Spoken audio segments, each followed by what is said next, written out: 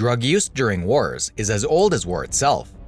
The use of alcohol and drugs in war has lasted for centuries, from Siberians using mushrooms to Iraqi and Afghani soldiers using amphetamines.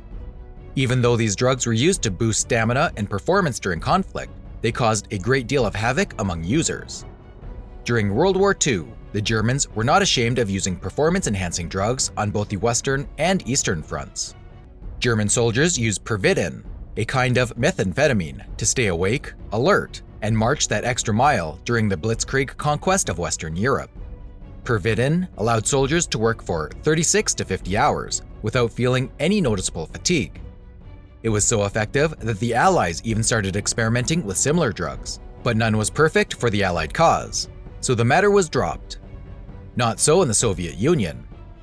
Aside from the brutality of the fighting between the Nazis and the Communists, the Eastern Front was one of the deadliest of World War II because of one terrifying factor: the weather. Neither side was properly equipped to fight in the long, harsh Russian winter. The first winter of the Soviet War began in earnest in September 1941 and would get so cold that German troops' eyelids were lost to the cold. Some temperatures were recorded at minus 45 degrees Celsius near Leningrad, modern-day St. Petersburg.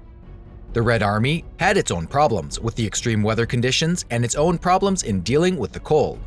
Apart from including 100 grams of vodka and 50 grams of lard into the ration of Soviet soldiers, their solution was to use a drug of its own, which they called heat pills, but the rest of the world knows it as DNP. The French used DNP in the manufacture of munitions during the First World War. Since then, it has been used as a dye, wool preserver, herbicide, and photographic developer. It was Maurice Tainter at Stanford University in 1933 who discovered that the human consumption of DNP led to significant weight loss, and soon it was popularized as a weight loss drug.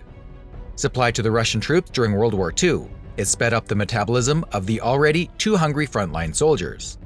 It also actually fatigued them further by burning fat for heat instead of energy.